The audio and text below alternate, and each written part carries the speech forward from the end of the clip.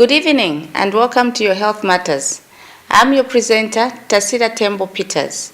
Last week we looked at how male circumcision can help prevent the virus that causes cervical cancer, HPV. And tonight we are going to look at yet another important topic. How can cervical cancer be prevented and how is it treated? Tuingie twa kliniki kwa mkupimisha ife tuingesha kuti twingakwata utatukwete cervical cancer. Ingiringi yalitemwa kuikalira pa service. So ngatawiye ku clinic tetuishwe ifilifyons. Ultimately, the advantage of male circumcision is it reduces the chances of HIV infections because it hardens the front part of the penis. So even when you have unprotected sex, to some extent, there isn't your skin is not prone to easy cuts. That is the understanding from the public about how cervical cancer can be treated and how it can be vaccinated. And now let us join Dr. Mukeshimana, who will explain in detail how cervical cancer is treated and how it is vaccinated. Treatment involves a lot of things. Stays in the hospital, people leave their homes, come in the hospital for a long time. That is an expensive venture. When we talk about prevention, it means that we want to prevent this person from getting cancer of the cervix at a certain point, which means to then be cheaper. There will be no hospital stay, there will be no operation. So currently we have got HPV vaccine, which is on the market. The HPV vaccine is there to prevent a patient from getting the HPV, because the HPV has been discovered to be the one which causes cancer of the cervix. So if you don't have HPV, then you can't have cancer of the cervix. And the only way to prevent the HPV, especially in the bigger part of the society, is to receive that HPV vaccine. The best way to avoid HPV infection is to do abstinence. But we also made it clear that not everyone can do abstinence. So if one is sexually active or will be sexually active, the best way is to get the HPV vaccine. That is number one. Number two, since we said that it is also transmitted through sex, the more sexual partners you have, the more at risk you put yourself to get the HPV infection. So we would ask people to stick to one partner, and we assume that that partner is doesn't have the HPV infection. The other thing also we had made a bit clear is that male circumcision, because they are talking about transmission through sexual intercourse, male circumcision also protects against the HPV infection.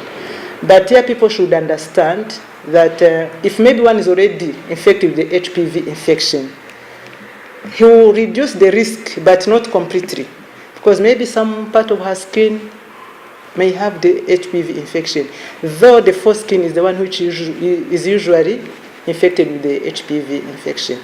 So that's why, like, circumcision to be really effective against HPV infection, it's good when the boys are circumcised at a very, very early age. The neonates, that is the best, because they wouldn't have the HPV infection.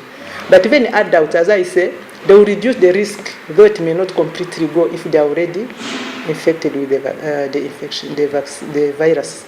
A long time ago, we used to say, okay, low social class would predispose one to have cervical cancer, infection like STDs. But the good news is that with research, the HPV virus has been isolated to be the main cause of cancer of the cervix. So as long as one has got an HPV infection already infected with the virus, we recommend to do what we call screening. Regularly, women are called to go and do cervical screening. Nowadays, all clinics have got the facilities to check if a woman has got changes on the cervix, which later will change it to cervical cancer. So I would say not only the vaccine, but if maybe one has gone beyond the age of vaccination, that person still has got an opportunity to prevent cancer of the cervix by regularly attending the clinics so that they can check if her cervix is okay or if it is showing changes which may change into cancer of the cervix later. We are very, very able to treat that because they are simple operation. You see the changes right away, you treat it. They don't even go home doing the screening. Once you see changes which are suspicious or are confirming that this person the next 2 years, 3 years, even 10 years may develop cancer of the cervix, right away we freeze them, we treat. It is always better to prevent than to treat. We have seen that cancer of the cervix is a disease which is, it takes life. It takes a lot of things from the people, the family. Psychologically, everyone is also affected. And you have got now an opportunity to prevent that from happening. So I would encourage all mothers there who have got small school-going girls, 10 years and above, to take them for the HPV vaccine, so that in the future they don't develop cancer of the cervix. And now the health tip. All women must go to the nearest health facility for cervical cancer screening. We have now come to the end of tonight's edition of Your Health Matters. We are ever delighted to hear from you on our Facebook page. Contact the producer, Your Health Matters, PO Box 30205, Lusaka, or email lacom.health@gmail.com. Join us next time for yet another important topic. From me, it's good night and God bless. Let us come.